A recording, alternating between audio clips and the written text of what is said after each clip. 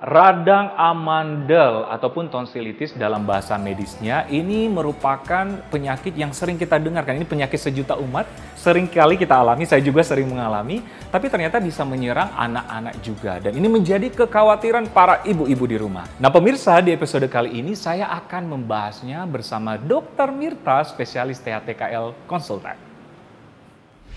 Amandel itu sebenarnya kalau di bahasa kedokteran kita mengenalnya tonsil ya dok ya, tonsil. Nah tonsil itu sendiri itu kan sebenarnya nggak cuma di area di faring aja, jadi ada tonsil faring.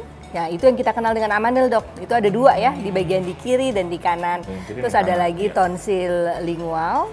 Ya, nah terus ada lagi adenoid. Adenoid itu bagian dari sistem limfoid. Jadi amandel ini sebenarnya atau tonsil ini sebenarnya adalah sistem limfoid yang berada di rongga oral cavity, rongga mulut. Ya, nah, sistem limfoid ini salah satu sistem kekebalan tubuh kekebalan tubuh. Nah, karena tadi saya sebutin ada 3 gitu ya. Kira-kira kan ada yang di atas, ada yang di tengah, di bawah. Makanya disebut ada istilahnya cincin Weldeyer namanya. Cincin Weldeyer. Jaringan limfoid yang di oral cavity, di rongga mulut ini, antara lain adalah tonsil faring ya, atau amandel. Itu tentu berfungsi untuk proteksi, untuk daya tahan tubuh juga, terutama untuk paparan yang terpapar terekspos langsung. Karena mulut kan, oral cavity kan terekspos langsung gitu ya, jadi dia salah satu proteksi. Pada 5 tahun pertama nih seseorang lahir, biasanya itu daya tahan tubuhnya dia dari ibunya itu mulai menghilang. Ketika dia mulai menghilang, nah si tonsil inilah memegang peranan. Sistem cincin Weldeyer inilah mulai dari adenoid, tonsil faring. atau amandel sama tonsil lingual. Nah inilah berperan. Nah tapi dengan berjalannya waktu gitu, tentu badan itu sudah membuat sistem kekebalan sendiri. Ya, sistem kekebalan sendiri di mana sudah terbentuk gitu antibodinya. Jadi ketika dia meradang terus berulang-berulang kan lama-lama dia membesar tuh. Kerugiannya di situ. Ya, pada keadaan meradang dia bisa aja sewaktu-waktu meradang berulang gitu kan. Dia lebih mudah terjadi peradangan berulang, merugikan. Yang kedua, pada kondisi dia tidak meradang pun dia juga merugikan dok. Karena sudah membesar tadi. Karena membesar dan itu kan jalan napas. Tentunya jalan napas kita itu kan napas mulai dari hidung, terus habis itu tenggorokan masuk ke paru-paru ya.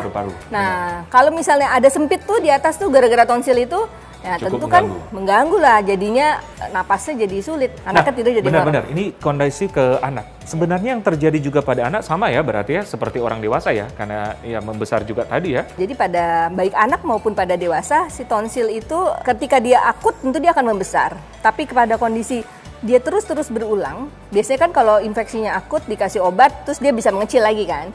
Oke, tapi ada kondisi yang dimana si tonsilnya itu sudah membesar secara kronis, jadi walaupun dia tidak infeksi dok, tetap sudah dia tetap besar. Nah kadang-kadang tuh suka ada, kita bisa lihat tuh tonsilnya either apakah dia tidak hanya besar, kita bisa lihat sehat atau enggak. Jadi ada bolongan-bolongan tuh kadang-kadang, terus ada putih-putih yang keluar juga, itu sudah menandakan bahwa kronik ya. Apa sih penyebab dari amandel ini terlebih pada anak dokter? Amandel, radang amandel ya maksudnya, atau tonsilitis ya, tonsilitis. Jadi penyebab tonsilitis suatu inflamasi, suatu reaksi infeksi ya. Dia terjadi karena adanya infeksi. Nah, infeksi itu bisa mulai dari bisa aja infeksi virus, bisa mulai infeksi virus atau infeksi bakteri ya. Biasanya terpapar melalui bisa makanan, bisa dari udara gitu ya. Nah, bisa diawali cuman di radang tonsilnya aja, atau juga kadang-kadang disertai dengan ispa, bisa dengan pilek. Jadi kan sering sekali kalau pada seorang anak dia pilek, terus habis gitu adenoidnya juga radang, tonsilnya juga meradang gitu. Jadi karena ada infeksi. Tapi mungkin ada orang tua, karena makanan, karena udara itu mungkin tersensitisasinya itu gitu. Tadi. Jadi memperparah ya. Jadi kalau misalnya dia seseorang udah hipertrofi tonsil dengan tonsilitis kronis yang kita lihat udah kriptusnya sudah melebar, ada detritusnya. Nah, itu biasanya mudah sekali seseorang itu akan terinflamasi. Terinflamasi dengan misalnya makan makanan sesuatu yang mungkin dia juga ada reaksi atau ada efek alerginya. Nah itu biasanya ada pada orang-orang yang punya amandel, sering sekali itu begitu makan nggak lama kemudian terus dia radang tenggorokan gitu. Dokter, mungkin ada pemirsa juga yang bertanya-tanya bagaimana sih dokter cara membedakan radang karena tonsilitis atau amandel atau radang tenggorokan? Itu sama aja, sama aja ya. Kalau misalnya tenggorokan yang dimaksud di sini itu kan jalan napas ya, yang ada di daerah mural oral cavity sampai ke daerah leher. Kalau misalnya ada radang amandel. Itu kan di oral cavity. Nah, kalau ke radang tenggorokan mungkin jadi areanya lebih luas. Bisa aja nanti tidak hanya amandelnya, bisa faringnya. Terus bisa juga pita suaranya itu masuk ke bagian radang tenggorokan. Gitu. Tapi gejalanya gimana, Dok? Gejalanya tentu kalau misalnya regionnya udah lebih meluas ya, faringnya juga faringitis, tentunya sama ya, gejalanya paling demam juga, sakit menelan. Ya. Tapi kalau udah kita mulai masuk ke daerah pita suara gitu, radangnya infeksi kan bisa aja gitu ya, misalnya dia radangnya meluas, itu gejalanya biasanya suaranya serak. Ya. Nah, tentu suaranya hilang, suaranya serak. Iya, iya. Tapi kalau saluran pernafasan lainnya tetap sama ya, karena ada reaksi infeksi tadi ya. Iya, ya pokoknya kan areanya itu meluas ke situ. Jadi ketika disebut radang tenggorok nih ya, mungkin bisa jadi tonsilitis, amandel. Bisa jadi tonsilitis, bisa jadi faringitis. Ya. Ya, dan sebagainya. Atau laringitis ya. Laringitis yang pasti yang harus jaga adalah kekebalan tubuh ya, supaya kekebalan tubuhnya ya.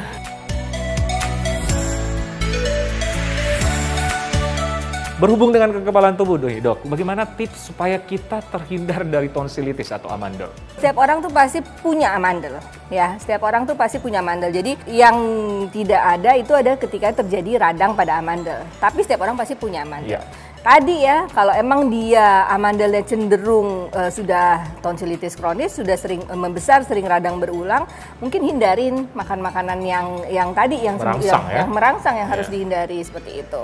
Nah, itu sih yang harus dihindari. Kalau untuk menghindari yang akut, berarti ya daya tahan tubuh. Ya, daya tahan tubuh ya. Terus habis gitu, terutama anak-anak yang ada alerginya tuh juga alerginya lebih gampang tuh tersensitasi juga buat terjadi radang ya misalnya. Umumnya lebih cepat tuh. Anak-anak kan sering misalnya coklat apa permen gitu ya. Jadi memang para orang tua memang harus waspada juga dan bijak ya. Apalagi anak-anak yang sering waspada yang cenderung akan amandel atau tonsilitis, yaitu mungkin dihindari makanan-makanan yang menyebabkan alergi ya. Iya, betul. Salah satunya adalah cara seperti itu.